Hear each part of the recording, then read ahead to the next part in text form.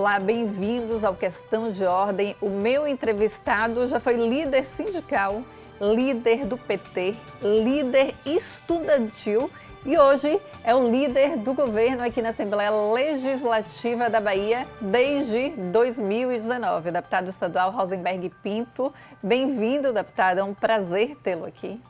Fernanda, o prazer é meu e essa coisa da liderança é apenas a consequência do trabalho que a gente vem fazendo e da construção da relação com as pessoas. Então, eu fico muito feliz com esse reconhecimento, mas o maior reconhecimento são das pessoas que, numa relação comigo, acabam dialogando e eu sou uma pessoa que respeito muito as opiniões e fechamos uma única posição. A minha liderança é apenas no sentido de encaminhar do que efetivamente de definir solitariamente. Deputado, o senhor falou a respeito de definir solitariamente, né? Essa experiência que o senhor teve na liderança estudantil e também na liderança sindical te ajudou aqui no parlamento?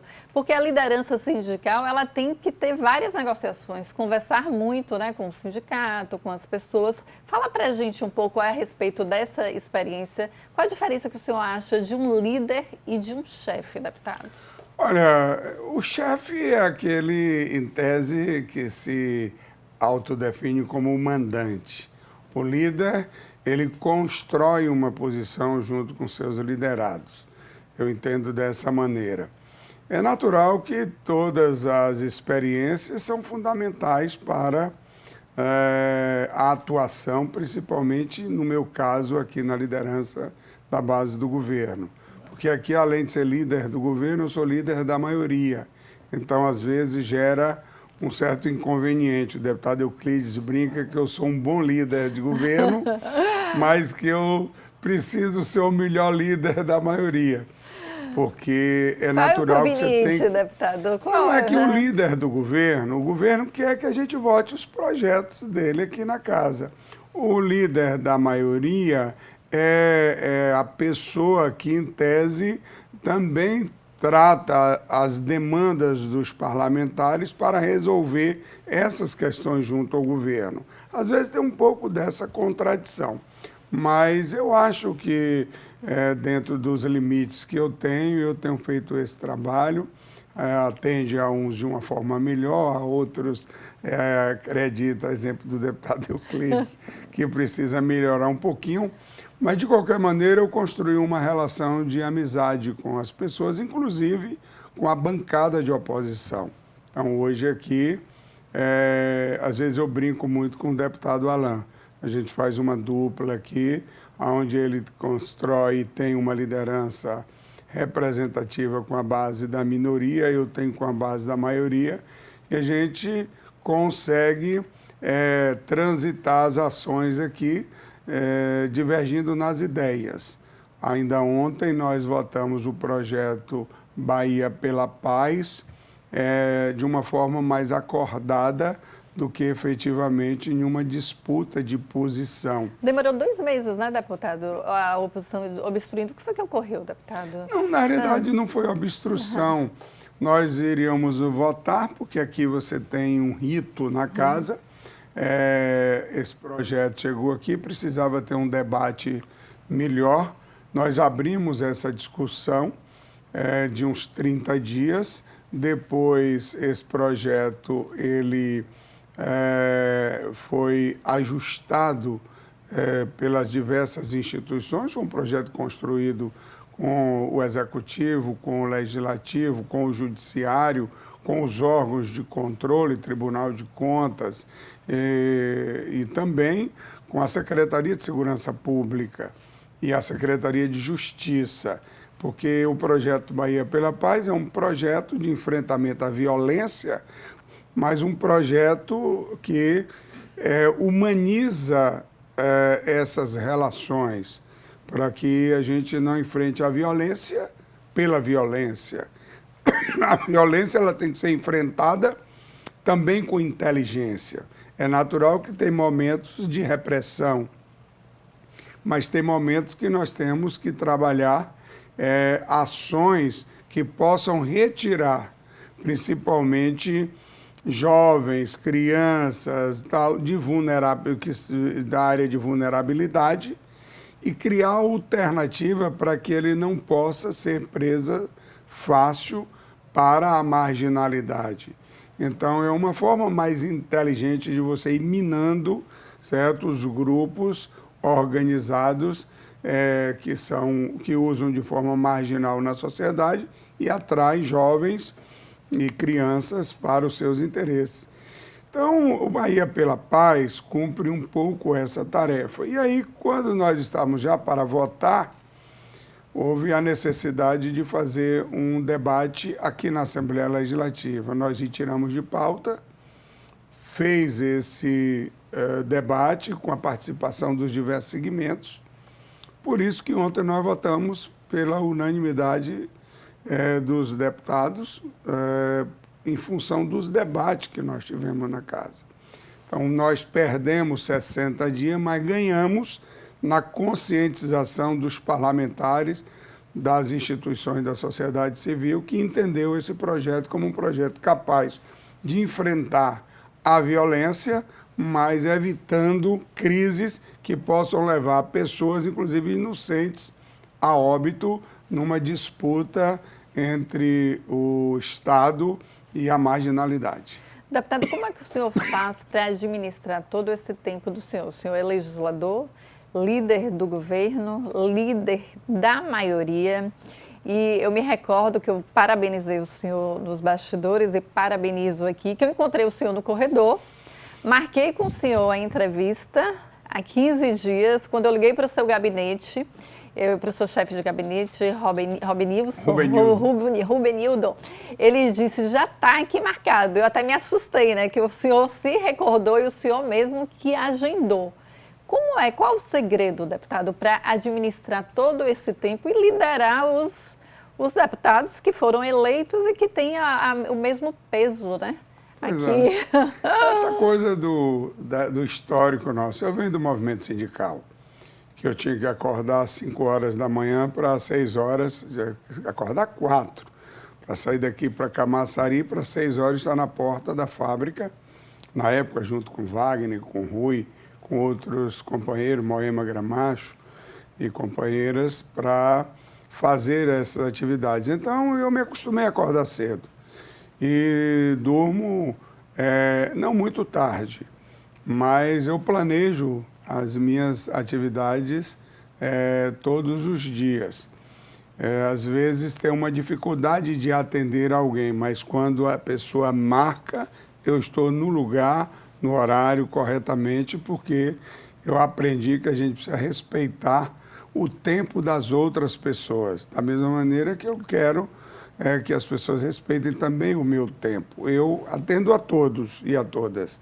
Às vezes não tenho o tempo necessário para gastar muito tempo no atendimento, então eu seleciono muito essas questões. Agora, acho que nós temos que fazer isso, a nossa obrigação, já que nós somos parlamentares, eleitos pela população, no momento em que eu assumo o compromisso, eu tenho que estar pronto naquele local. Eu me lembro que você também vinha me cobrando já há algum tempo. E aí, cadê? Pô, todo mundo vai lá, você não vai e tal, por quê?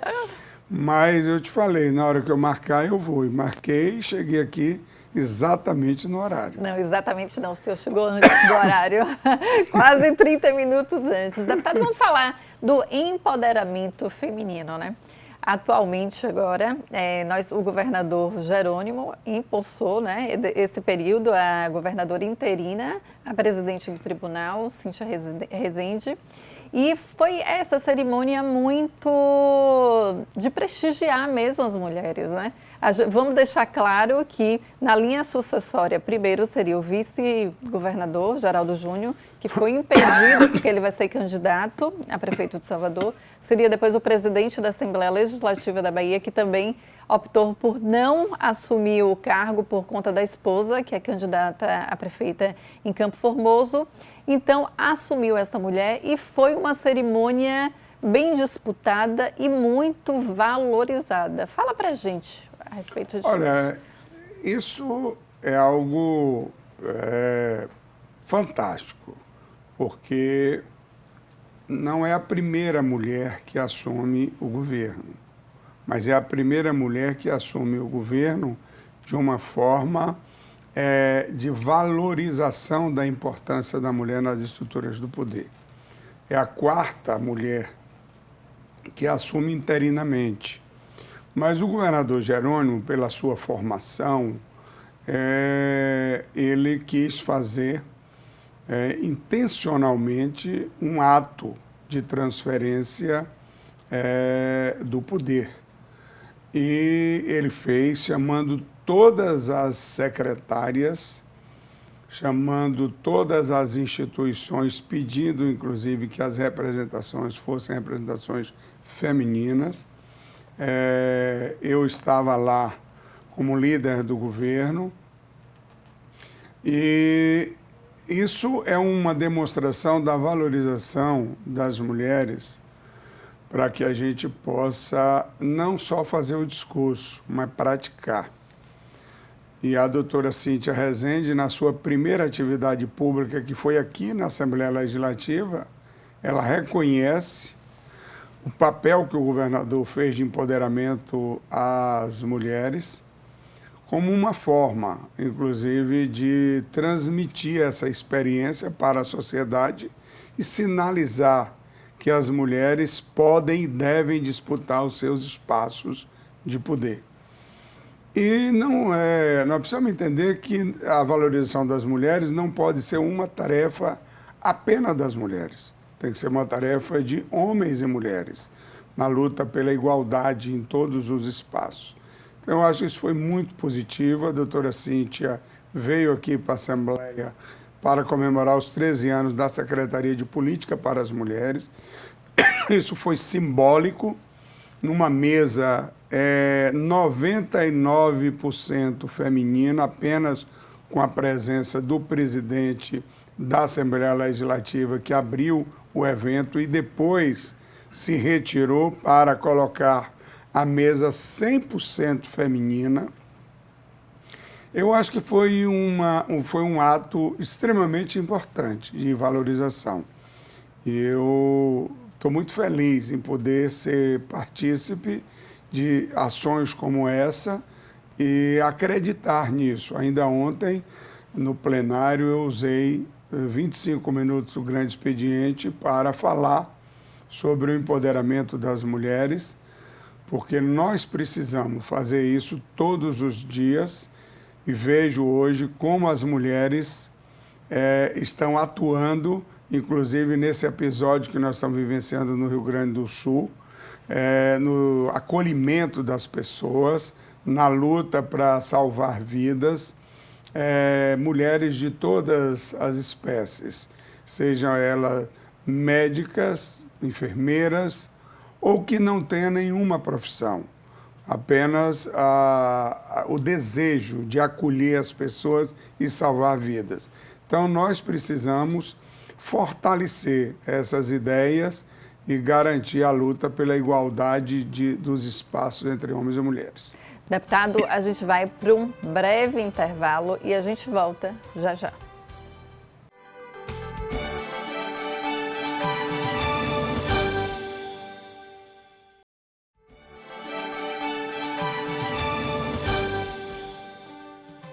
Voltamos com o deputado estadual Rosenberg Pinto, líder do governo e também líder da maioria aqui no Parlamento Baiano.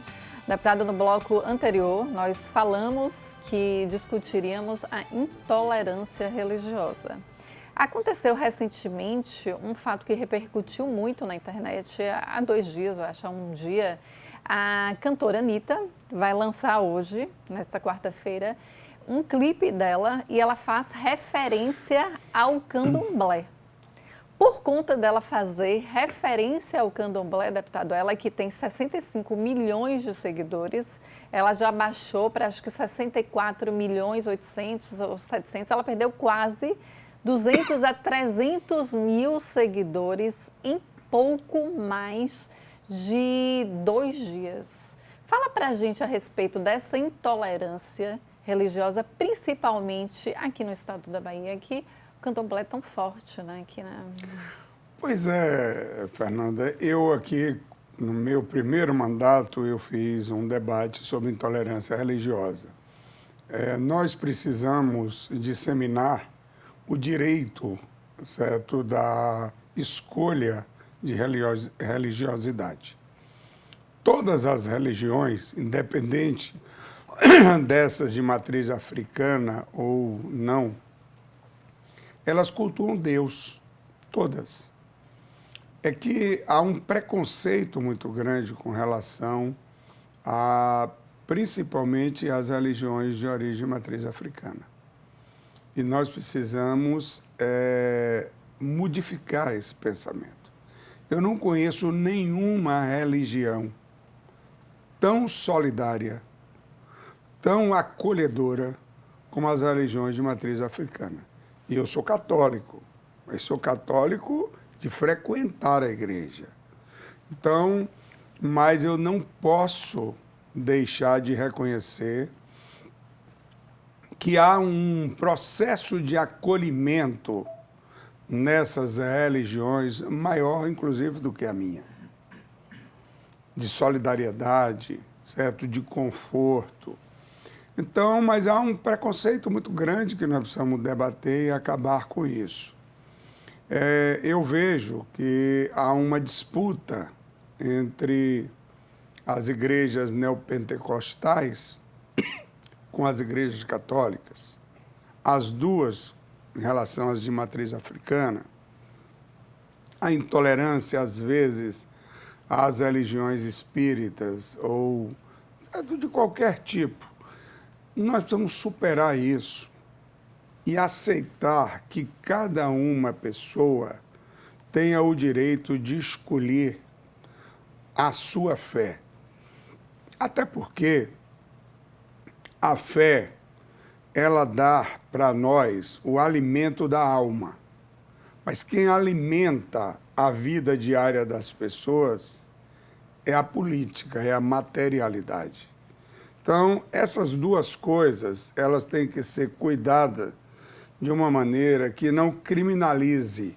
Ou seja, a política não pode ser criminalizada porque na hora que você precisa, na hora da dor, da necessidade material, é a política. Quem está resolvendo as questões no Rio Grande do Sul hoje é a política. São decisões políticas que estão fazendo com que pessoas se desloquem ou estruturas como o Corpo de Bombeiro aqui da Bahia foi para lá, para o Rio Grande do Sul, para fazer a defesa dos interesses daquela sociedade, foi a política que definiu. Quando você toma a decisão de congelar dívida das pessoas para superar determinada situação naquele momento, foi a política que decidiu. Então, no campo da materialidade, é a política. E ela não pode ser criminalizada, como a gente verifica aí. Tem problemas, tem em todos os lugares. Tem problema na escola, tem problema na casa da gente, em todos tem problema na política. Mas ela não pode ser criminalizada. No campo da fé, da religiosidade, é Deus. Eu não conheço nenhuma religião de matriz africana que a centralidade não seja Deus. A forma como as pessoas chegam a Deus é que difere de uma para outra e nós precisamos respeitar. Ou seja, no momento em que a gente interrompe esse pensamento, a gente cria uma intolerância ou é a formação da verdade absoluta, como se a religião verdadeira é a minha. E não existe verdade absoluta. Não existe verdade absoluta, a verdade ela é relativa. Então, é nesse espírito que nós temos todos, padres, pastores, políticos, espíritas, indígenas, todos que cultuam a religiosidade de forma diferente aqui, mas com a centralidade em Deus, Nós precisamos acabar com essas diferenças. E essa é uma tarefa nossa, é uma tarefa minha, uma tarefa sua como comunicadora, como todos, porque o preconceito, para além dessas questões, é um preconceito muito grande. Não existe religião secundarizada. É que na formação, principalmente aqui no Brasil, na formação da nossa sociedade, a gente vem de uma formação católica. As religiões de matriz africana são religiões, certo, de um povo que estava escravizado. E fica parecendo que há uma subordinação ou uma rejeição, certo, de quem era o controlador para o controlado, de que a minha religião ela é superior à religião da outra pessoa, porque ela é de um agrupamento que veio para servir, certo? Para ser, ou seja, escravo e não para ser o protagonista da história ao olhar dessas pessoas. Porque a formação da nossa sociedade tem um protagonismo africano grandioso. Então, essa superação nós temos que trabalhar todos os dias e entender que as religiões elas são iguais no pensamento. Salvar vida, cuidar de pessoas, cuidar da alma das pessoas. E cada um cuida do jeito que ela entende que ela quer. Que conforta, né, deputado? Lógico. O senhor falou aí da importância de o senhor, como legislador, falar a respeito disso, eu como comunicador, e eu estava me recordando que logo no início aqui da televisão, eu já estou aqui desde a fundação, a gente tem um programa que ainda tem, que é o Bahia da Gente, que é apresentado por Samília, outra colega e amiga, e eu entrevistei mãe Estela de Oxóssi. Eu fui até o terreiro e, por coincidência, eu estava recordando a minha história aqui e estava vendo esse vídeo de 15, né, há 15 anos, e entrevistando ela, ela dizendo, ela que era uma intelectual da Academia de Letras, publicou vários livros, sábia, ela falando, Fernanda, eu não discuto com gente preconceituosa. Ela disse que nem sequer discutia. O senhor acha que as pessoas desconhecem o que é o candomblé, deputado? O senhor acha... Sem dúvida alguma. Há um desconhecimento muito grande sobre o que é o candomblé. E nós precisamos debater, certo, com o mínimo de conhecimento, entendeu? E as religiões de matriz africana, além da sua pureza do ponto de vista do acolhimento, eram locais, espaços onde se cultuavam essas ações de sofrimento. Porque o que as pessoas que se tinham como religiosas de formação europeia, certo, faziam com essas pessoas, esses momentos de culto eram momentos também de lamentações dessas situações e de buscas de resistência. Então, o desconhecimento, às vezes, é muito grande, nós precisamos, mas tem uma parte que ela está introjetada, enraizada dentro de um preconceito muito grande. Só para você ter uma ideia, nós aqui cometemos um equívoco todos os dias nessa casa.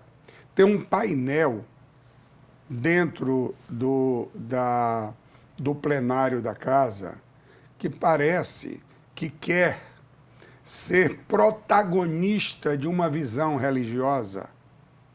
Não diz respeito às outras religiões. Eu acho isso algo assim inimaginável. Mas, às vezes, esse debate, se ele não for feito, parece que é você que é o resistente. Mas não é. Quando eu desrespeito as outras religiões, onde a minha religião ela tem que tomar o maior espaço num determinado local, aonde eu que tenho que ser o maior de todas as apresentações, isso é um processo arrogante, contraditoriamente ao que Deus diz da igualdade, das relações da humanidade. Ou seja, então, nós precisamos pensar nessas questões. Eu tenho conversado individualmente com cada parlamentar sobre essas questões aqui na casa, mas ainda é muito difícil debater religião, futebol, certo? É uma coisa que às vezes traz determinados problemas até desconforto. Né? Mas eu acho que a gente tem que insistir nisso. Sabe por quê? Porque se a gente não fala, a gente não muda conceito. E nós precisamos mudar conceito, respeitar as religiões, respeitar o direito das pessoas de suas escolhas em todos os sentidos. Em todos os sentidos. O senhor falou aí a respeito de debates polêmicos e respeitar a opinião das pessoas em relação às escolhas. Aí eu vou num tema também que é muito debatido, é polêmico, o aborto, deputado. Qual a opinião do senhor a respeito deste debate, que é um debate também religioso? Pois não deixa de... eu acho que é um debate religioso também. Ele começa, quem é contrário ao aborto, utiliza o debate religioso para contrapor uma posição.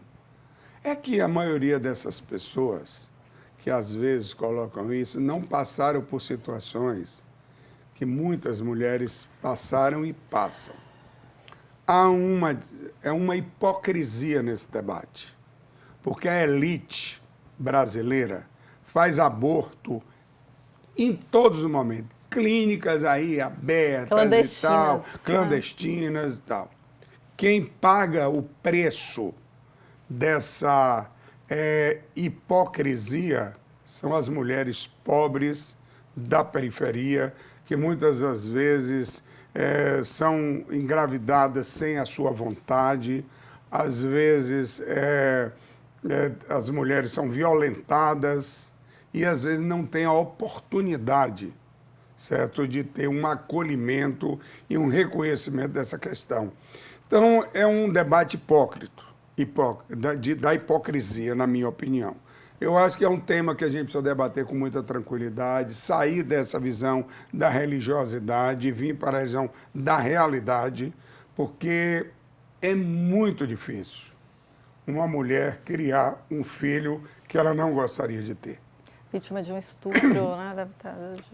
A legislação já ataca essas questões, mas o debate que está sendo feito é um debate que traz, por detrás, uma visão extremamente equivocada e dentro de uma linha, principalmente de uma subordinação da mulher a uma determinada posição que não é da escolha dela.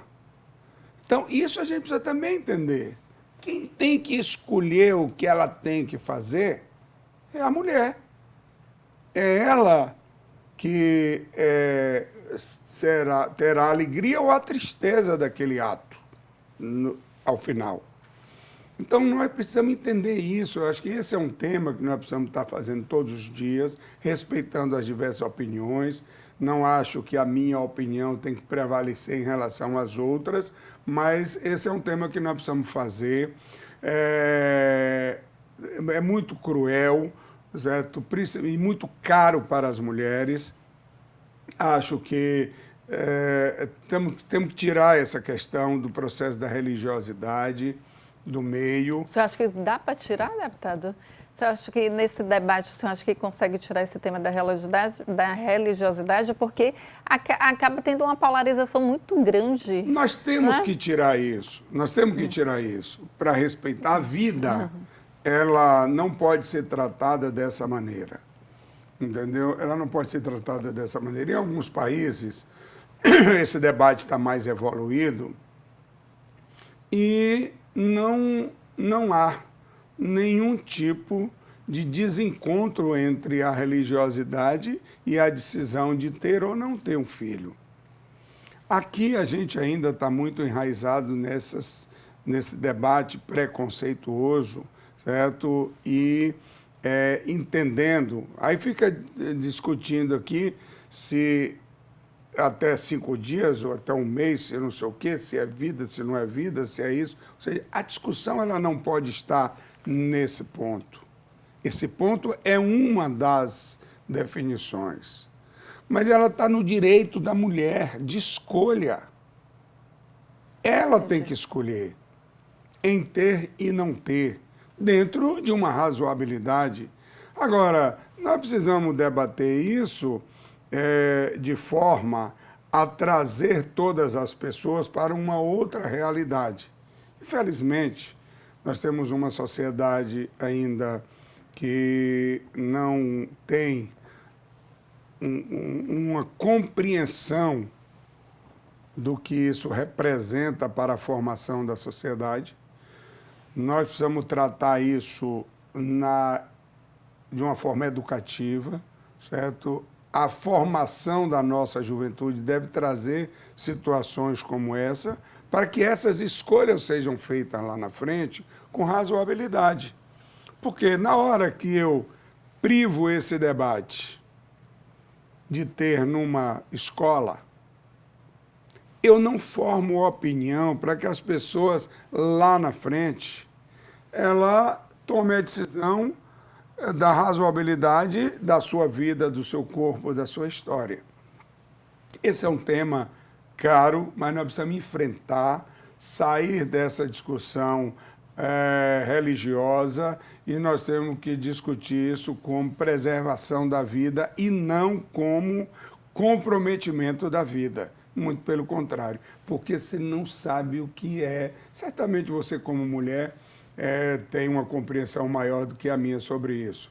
Mas você tem uma mulher que é obrigada a ter filhos e passar o resto da sua vida, certo, traumatizada numa determinada situação que não é a sua vontade, é a gente assumir uma posição, certo, de fazer com que a mulher tenha que ter uma vida extremamente fora da sua realidade. Isso é cruel e eu quero fazer esse debate aqui na casa. É lógico que esse é um tema de reflexo nacional. Aqui, mas ele é um tema que a decisão é do Congresso Nacional, não são das casas legislativas estaduais. Mas nós precisamos fazer até para fortalecer posições, seja de um lado, seja do outro, num debate mais consistente no Congresso Nacional. Deputado, a gente vai para um rápido intervalo e vamos voltar e vamos falar a respeito também da intolerância política, da polarização e também das eleições municipais, agora em 2024. A gente volta já já.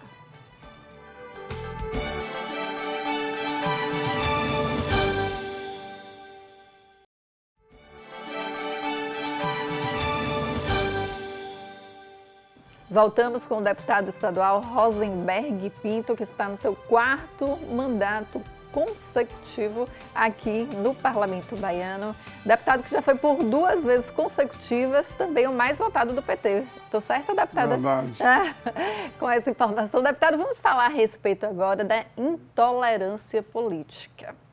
A gente viu esse desastre que teve no Rio Grande do Sul e há uma polarização até neste momento de dor, deputado. E há uma desinformação também com divulgação de fake news. Eu lembro que quando o presidente Lula, ele assumiu, ele disse que iria governar para todos, que tentaria ao máximo tirar o país dessa polarização. Mas na minha concepção, acho que a polarização continua e parece que está cada vez mais aguerrida. Qual a opinião do senhor a respeito disso? Nós precisamos superar isso, Fernanda. Essa polarização não interessa a ninguém. É natural que isso é uma estratégia de um grupo político que entende que a polarização dá para um deles um protagonismo na sociedade. E isso é uma forma de inibir a formação de novos agrupamentos e novas interferências na política. Nós precisamos superar isso. Eu acho que agora é a hora de reconstruir o país. Nós vivemos durante 4 anos uma visão de dicotomia. E isso, Lula vem com o espírito de superar isso. E nós precisamos superar, ver, não é só a fala, é prática. Então, eu prefiro dizer que a eleição é o espaço da disputa das ideias. Passado a eleição, é pensar a representação que cada um tem para exercer as atividades de poder. A Assembleia Legislativa, ela foi eleita por grupos diferentes. Mas aqui são parlamentares, são 63 parlamentares que têm que pensar a Bahia com posições diferentes da forma que foram eleitas. Mas necessariamente não pode ser essa dicotomia governo e contra o governo, maioria e minoria. Isso foi criado aqui e é difícil mudar isso. Eu tento fazer com que essas coisas modifiquem, mas ainda há a própria institucionalidade da casa, o regimento da casa diz lá, líder da maioria, líder da minoria. Ou seja, essa coisa, ela está institucionalizada e nós precisamos passar disso. Nós precisamos entender aqui e se assumir assim, como deputadas que tiveram mandatos entregue pela população e não uma subordinação a um ou uma outra posição.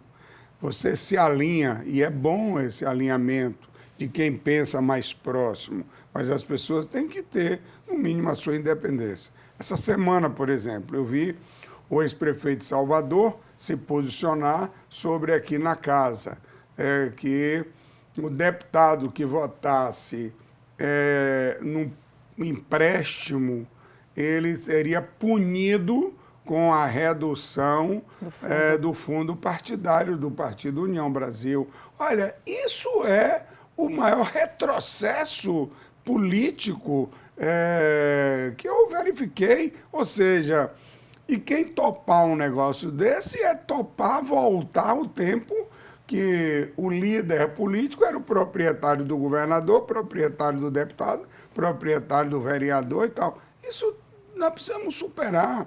Não dá para a gente admitir essa posição. Até porque essa decisão também foi baseada no desconhecimento. Acho que o ex-prefeito de Salvador deveria ler mais ou ter uma informação melhor. Não existe nenhum empréstimo transitando na casa. O que há aqui nós aprovamos uma lei que dá ao governo do Estado a condição de fazer uma transação financeira, ou seja, um empréstimo. Nós estamos em 2015. E esse empréstimo era para pagar dívida do Estado e para investir em uma determinada ação. O que é que o governo fez? Como ele não precisa mais isso, porque isso foi em 2015 e ainda está validado o direito de tomar esse empréstimo, o governo apenas mandou o redirecionamento para onde deve atuar. Ao invés de ser pagamento de dívida, esse dinheiro será para infraestrutura de sustentabilidade. Nós precisamos entender, e até para evitar situações como essa que está acontecendo no Rio Grande do Sul, investir em proteção sustentáveis para evitar catástrofe, como aconteceram aqui em 2020 e 2021 com as cheias.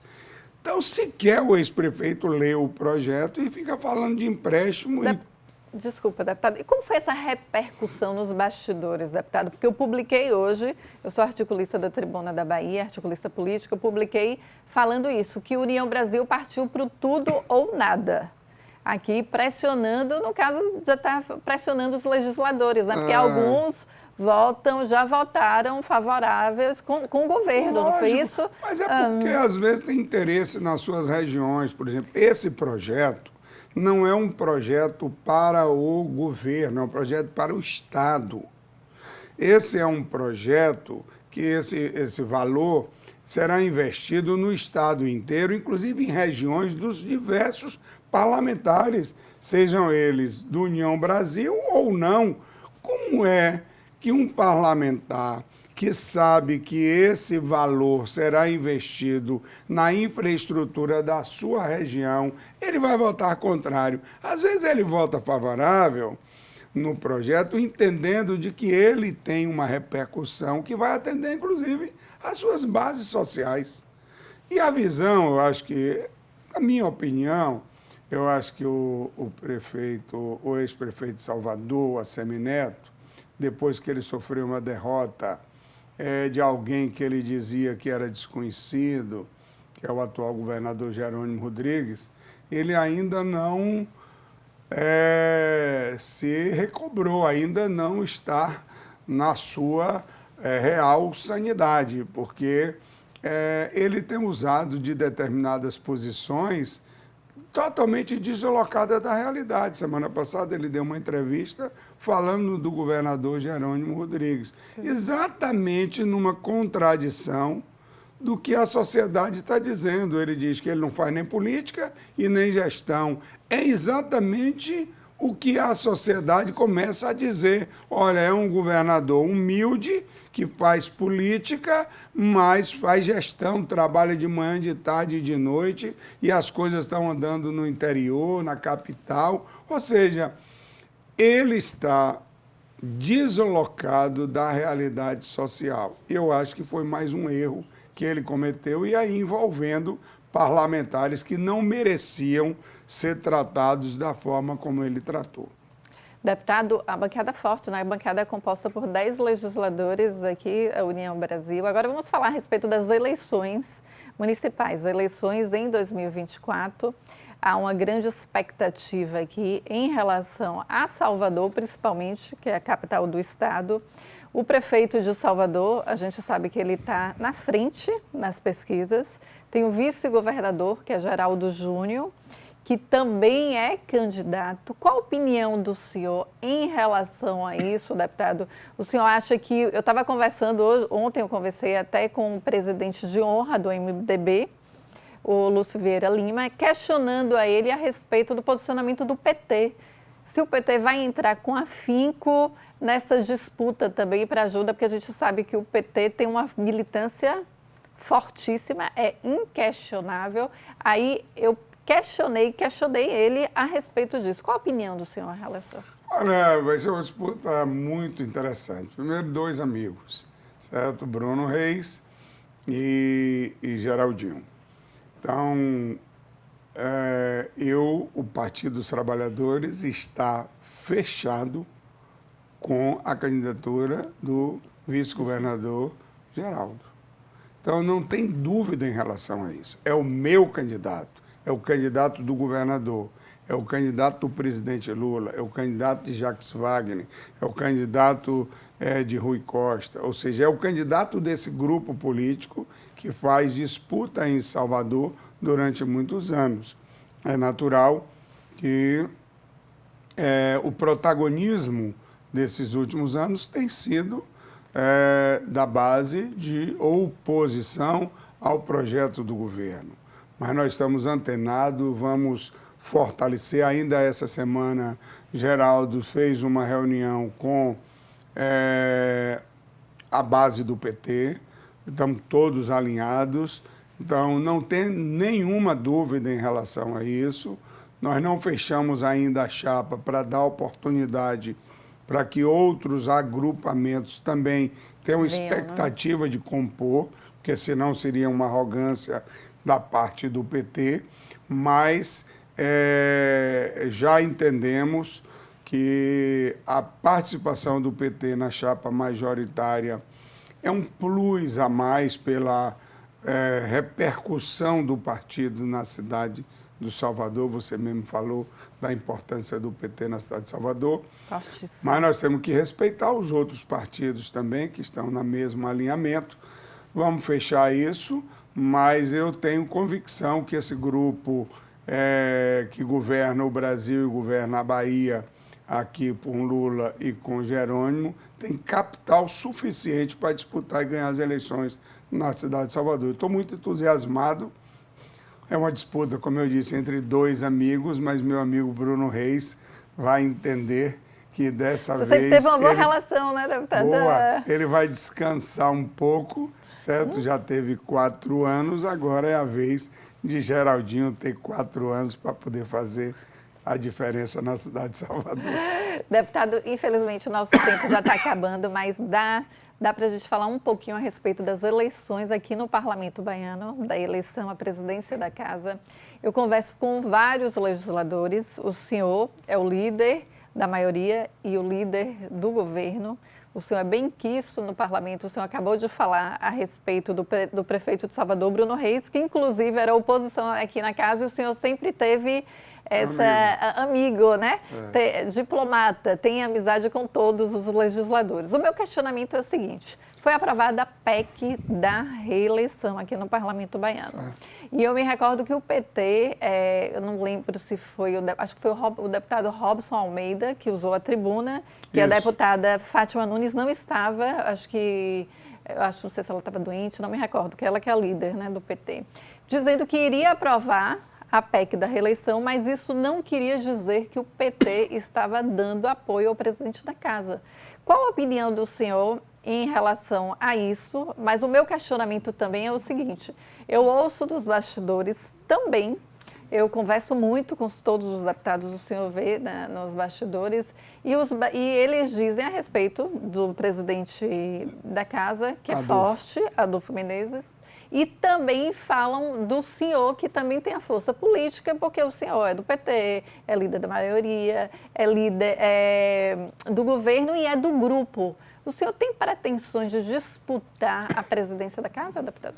Primeiro, Fernanda, a votação da PEC, ela não dá a ninguém o direito de um terceiro mandato. O que nós votamos aqui foi que a Bahia, ela atualiza a sua legislação, a legislação federal, dizendo que pode haver reeleição no mesmo período legislativo, o que a legislação baiana não permitia. Então, nós superamos isso. Mas tem um impeditivo que é a legislação federal. A legislação federal, inclusive, está pacificada, onde diz que pode existir, em qualquer período, e era esse o problema da Bahia, em qualquer período, uma única reeleição. Então, o presidente Adolfo, ele já tem uma segunda reeleição. Então, ele está, na minha opinião, é porque é ele que está, poderia ser eu que estivesse no mandato, impedido de ter um terceiro mandato, a não ser que haja uma mudança na legislação federal pelo Congresso ou uma mudança de posição do Supremo Tribunal Federal. Se isso acontecer e permitir um terceiro mandato, o deputado Adolfo poderá concorrer, sim. E aí eu acho que ele é um deputado que tem todas as condições para ir para a reeleição, e até o meu voto, se ele conversar direitinho, vai ter.